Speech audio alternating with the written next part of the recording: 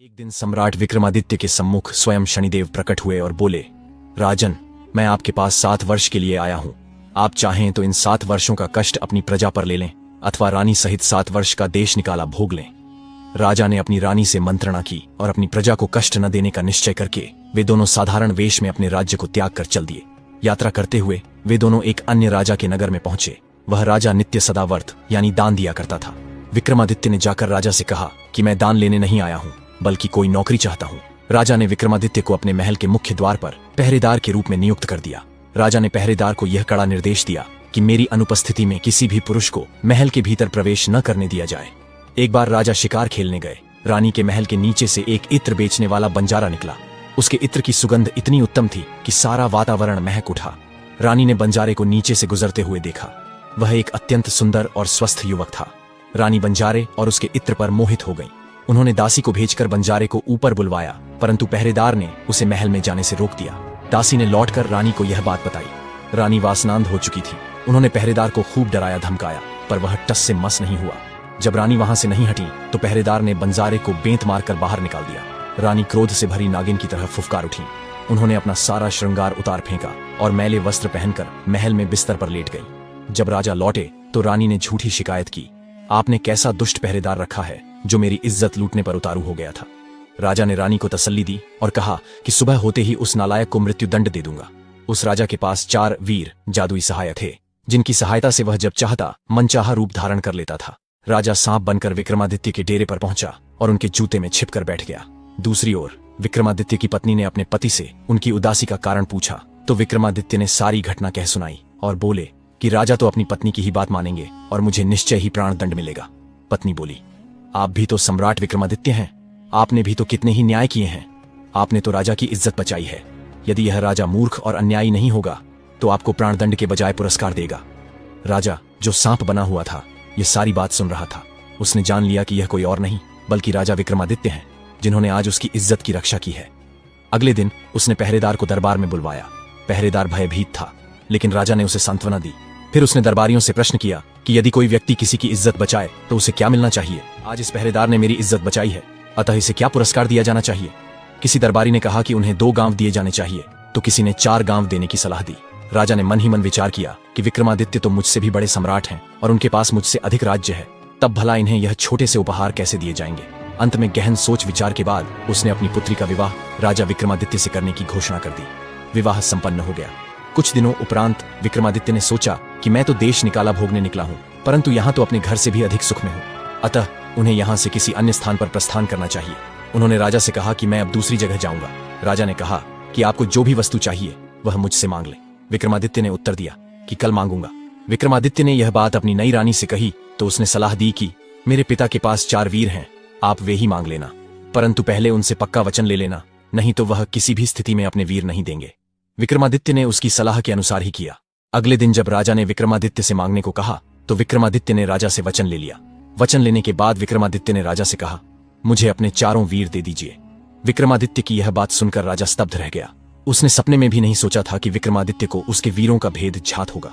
तब उसने सोचा कि अवश्य ही मेरी बेटी ने यह रहस्य विक्रमादित्य को बताया होगा। उसने विक्रमादित्य से कहा, मैं आपको वचन दे चुका हूं, इसलिए वीर आपको अवश्य दूंगा, परंतु पहले उनसे पूछ लेता हूं कि वे आपके साथ जाना भी चाहते हैं या नहीं। फिर उसने 4 वीरों को बुलवाया और पूछा। वीरों ने एक ही शर्त पर उनके साथ जाने की सहमति दी। अब तक ये राजा विक्रमादित्य कहलाते थे, आज से हमारा नाम पहले आएगा और ये वीर विक्रमादित्य कहलाएंगे। विक्रमादित्य ने वीरों की यह शर्त स्वीकार कर ली और राजा ने 4 वीर उन्हें सौंप दिए। राजा अपनी दोनों रानियों और 4 वीरों को साथ लेकर वहां से प्रस्थान किया। चलते चलते वह चौबोली नामक राजकुमारी के नगर में आया। राजा एक कुएं के पास बैठे थे, तभी चौबोली की दासी पानी भरने आई। उसने कुएं से कहा, कुएं, चौबोली के नाम पर उछल जा। कुएं का पानी उमड़कर बाहर आ गया। दासी ने पानी भरा और चली गई। राजा इस चमत्कार को देखकर आश्चर्यचकित रह गए। उन्होंने अपने वीरों से पूछा तो वीरों ने बताया कि इस गांव की राजकुमारी का नाम चौबोली है। वह अत्यंत चतुर और चालाक है। उसका यह प्रण है कि जो व्यक्ति उसे एक रात में 4 बार बोलने पर विवश कर देगा वह उसी से विवाह करेगी। यदि कोई विफल होता है तो वह उसे बंदी बना लेती है, यहाँ तक कि उसके नाम से कुएं का पानी भी ऊपर उठाता है। राजा ने वीरों से कहा कि मैं चौबोली से अवश्य विवाह करूंगा। वीरों ने उन्हें आगाह किया कि यह कार्य इतना सरल नहीं है, इसमें धैर्य और युक्ति से काम लेना पड़ेगा। अगले दिन चौबोली की दासी पुनः पानी भरने के लिए कुएं पर आई। वीरों ने विक्रमादित्य से कहा, हम कुएं की सतह पर लेट जाएंगे, जिससे पानी उछलेगा नहीं। आप दासी से कह देना कि अब तक कुआं चौबोली के नाम से उछलता था, लेकिन अब से यह वीर विक्रमादित्य के नाम से उछलेगा। दासी ने कई बार कुएं से कहा, परंतु पानी ऊपर नहीं आया। तब विक्रमादित्य ने कुएं से कहा, कुएं, विक्रमादित्य के नाम से उछलो। तत्काल ही पानी ऊपर उमड़ आया। दासी यह चमत्कार देखकर आश्चर्यचकित होकर लौट गई और उसने चौबोली से सारी घटना कह सुनाई। इधर वीरों ने विक्रमादित्य को आगे की योजना बताई। हम चौबोली को अवश्य बुलवा देंगे, किंतु इसके लिए पहले 3 कठिन परीक्षाओं से गुजरना होगा। जब आप चौबोली के महल में जाएंगे तो आपके सामने एक बकरी खड़ी की जाएगी और आपको उससे दूध निकालने को कहा जाएगा। आप कदापि दूध नहीं निकाल पाएंगे, अतः आप केवल बकरी के थन पकड़कर बैठ जाइएगा। हम स्वयं उस बर्तन को दूध से भर देंगे। इसके बाद आपके सामने एक शेर दिखाई देगा। वह शेर दिखने में यद्यपि असली जैसा ही होगा, परंतु वास्तव में वह नकली शेर है। आप उससे जरा भी भय न करना और निधड़क आगे बढ़ जाना। आगे जाने पर आपको पानी का एक दरिया दिखाई देगा, परंतु वास्तव में वह चौबोली द्वारा महल पर लगाए गए एक बड़े शीशे की करामात है। वहां पानी की एक बूंद भी नहीं है, अतः आप निडर होकर आगे बढ़ते जाना। वीरों ने अंत में कहा, चौबोली आपसे कदापि नहीं बोलेगी। हम चारों उसके ढोलिए मतलब पलंग या पालना, दीपक, झारी यानी सुराही और हार में अदृश्य होकर प्रवेश कर जाएंगे और चौबोली को बोलने के लिए विवश करेंगे।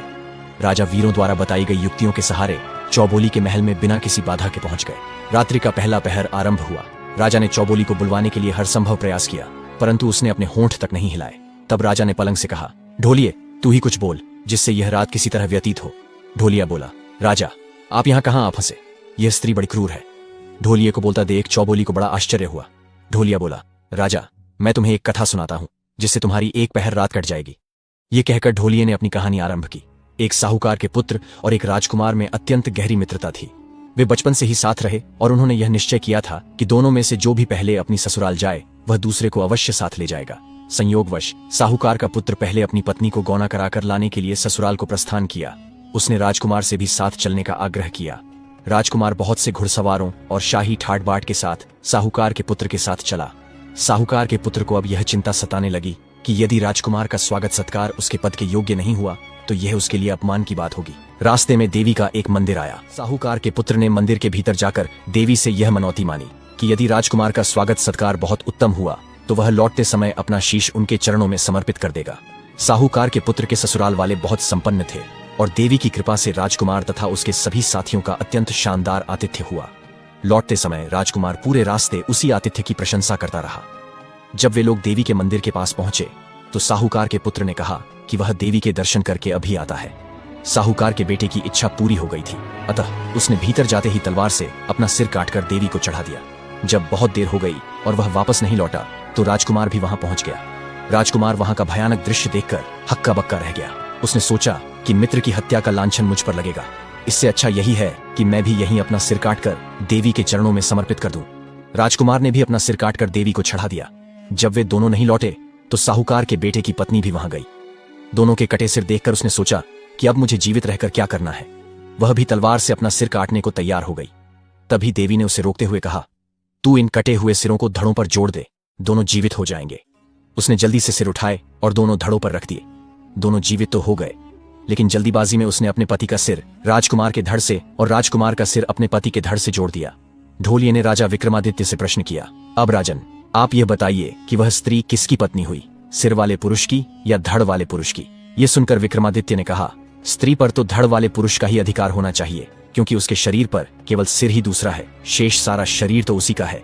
विक्रमादित्य की बात सुनकर चौबोली को बहुत क्रोध आ गया। उसने राजा से कहा, आप कहते हैं कि मैं राजा वीर विक्रमादित्य हूँ और मैंने जीवन भर न्याय किया है। बस देख लिया आपका न्याय, औरत धड़ वाले की नहीं सिर वाले की होगी, क्योंकि सिर के बिना धड़ का क्या मूल्य है।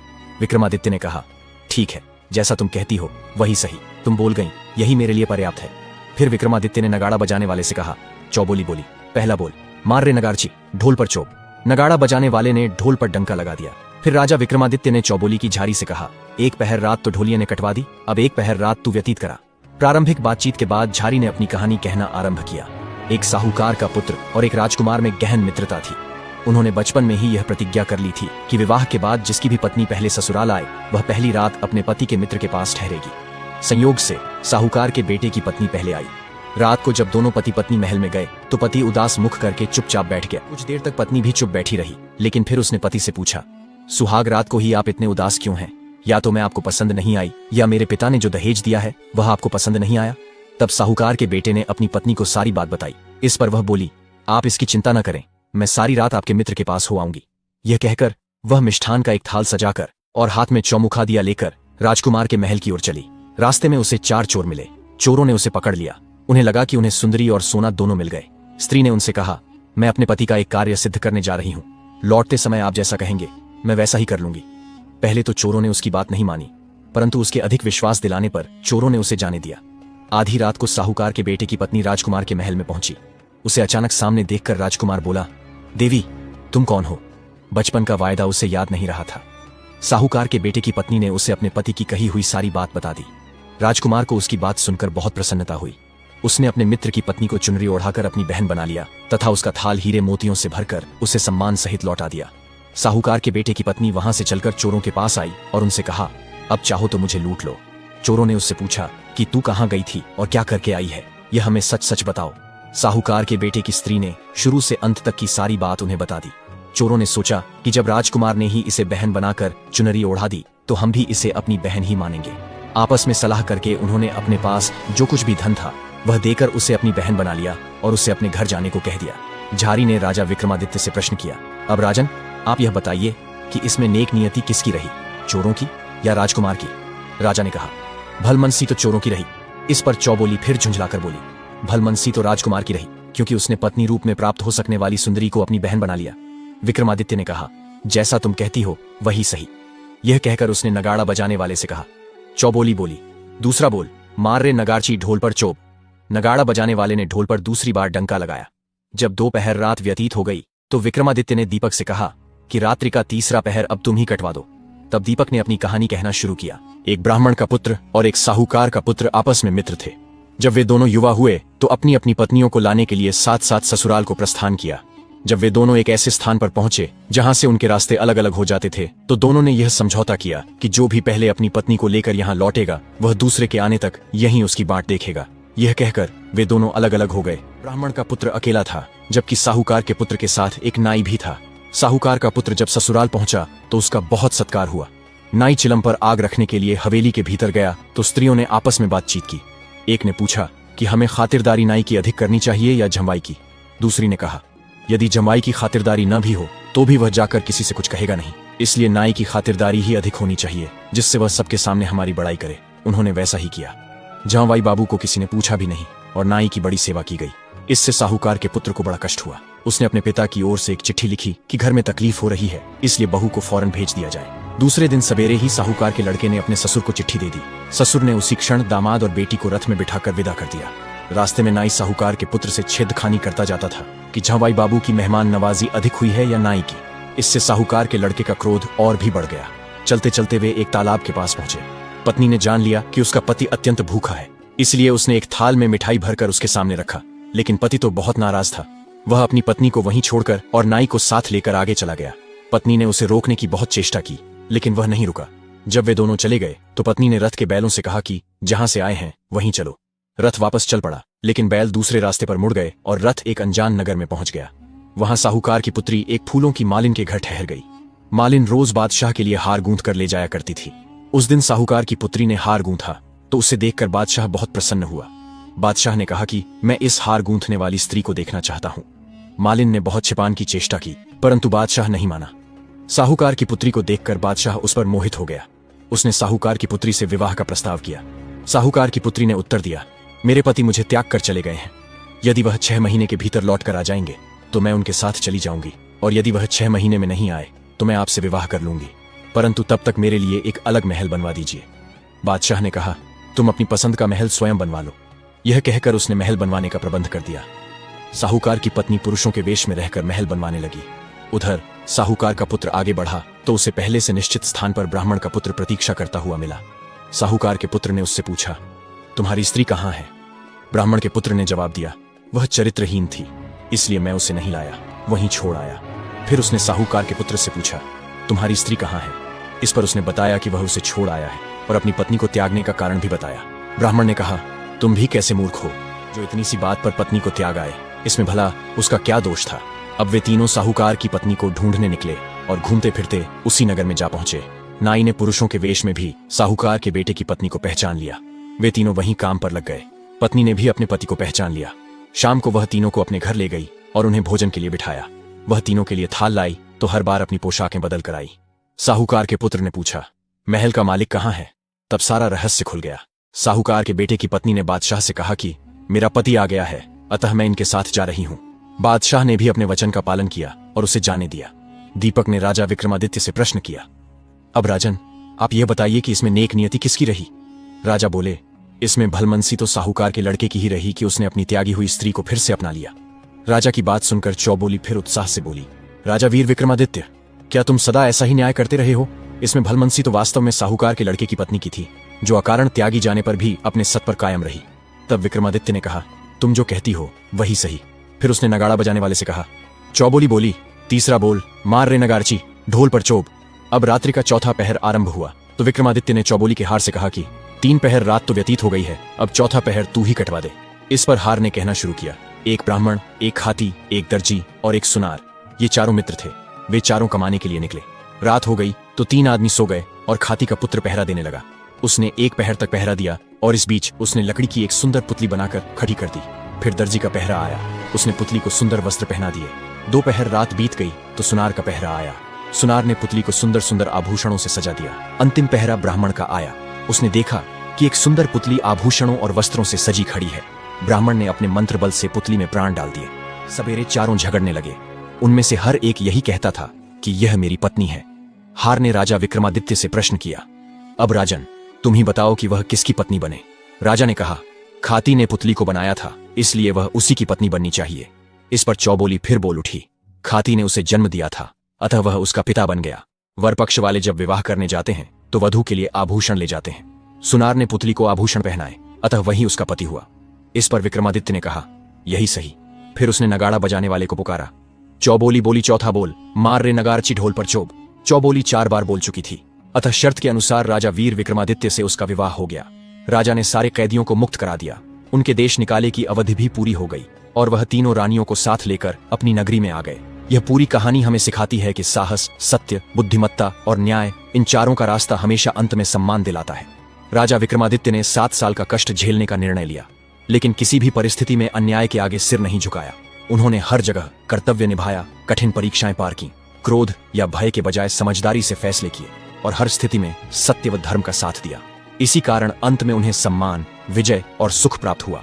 दूसरे राजा की राजकुमारी पत्नी के रूप में सम्मान मिला और 4 वीर मिल गए। चौबोली जैसी चतुर और परख करने वाली रानी मिली और उनका देश निकाला समाप्त होकर वे फिर अपने राज्य लौट आए। अंत में जो व्यक्ति धर्म को अपने जीवन का आधार बनाता है, न्याय को अपनी शक्ति बनाता है, बुद्धि को अपना मार्गदर्शक बनाता है और सत्य को अपना साथी बनाता है, उसे जीवन में आने वाले बड़े से बड़े दुख भी अंत में सम्मान, सफलता और सुख में बदल जाते हैं। कष्ट अस्थायी है पर चरित्र और सत्य स्थायी, और इन दोनों की जीत निश्चित होती है। तो यह थी राजा वीर विक्रमादित्य और चतुर राजकुमारी चौबोली के न्याय और बुद्धिमत्ता की अद्भुत लोक कथा। अगर आपको यह कहानी पसंद आई हो तो इस वीडियो को लाइक करके हमें बताएं, अपने परिवार और दोस्तों के साथ शेयर करें और ऐसी ही ज्ञानवर्धक और रोचक लोक कथाएं सुनने के लिए हमारे चैनल को सब्सक्राइब करना बिल्कुल न भूलें। जय श्री शनिदेव। मिलते हैं अगली कहानी में।